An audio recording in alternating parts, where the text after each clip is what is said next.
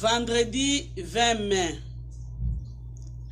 Considérez celui qui a enduré une telle contradiction de la part des pécheurs contre lui-même, afin que vous ne soyez pas las, étant découragés dans vos âmes. Hébreux 12, verset 3. Un serviteur découragé 1.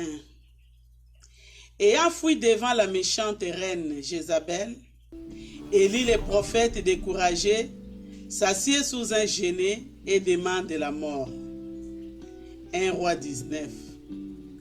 C'était pourtant un grand prophète et qui précisément venait de montrer sa foi d'une manière remarquable devant les 450 prophètes de Baal. 1 Roi 18. Quel avertissement solennel cela doit être pour nous. Que celui qui croit être debout prenne garde qu'il ne tombe. 1 Corinthiens 10, verset 12. Pourquoi donc Élie est-il si effrayé par la menace d'une femme?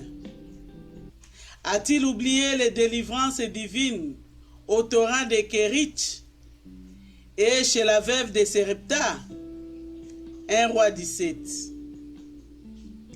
Assis sous les genêts, les prophètes s'écrient: c'est assez, maintenant Éternel, prends mon âme, car je ne suis pas meilleur que mes pères.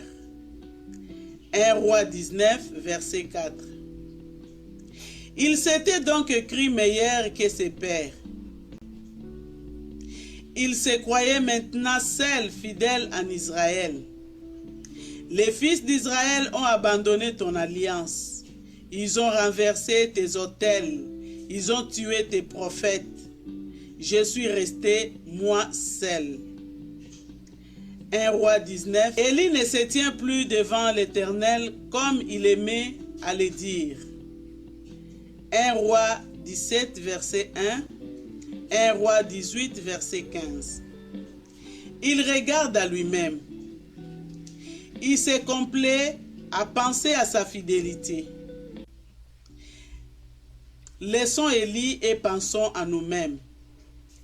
Un serviteur de Dieu a écrit à ce sujet: Nous faisons fond sur notre moi. Cette base s'effondre et nous nous découvrons sans force intérieure, sans foi. Il n'est pas besoin de menaces. Une plaisanterie suffit à nous abattre, une futilité à nous séduire, une difficulté à nous troubler.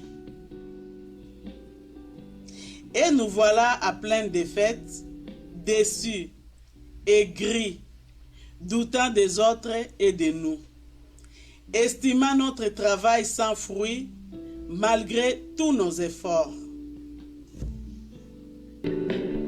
Crois dans tes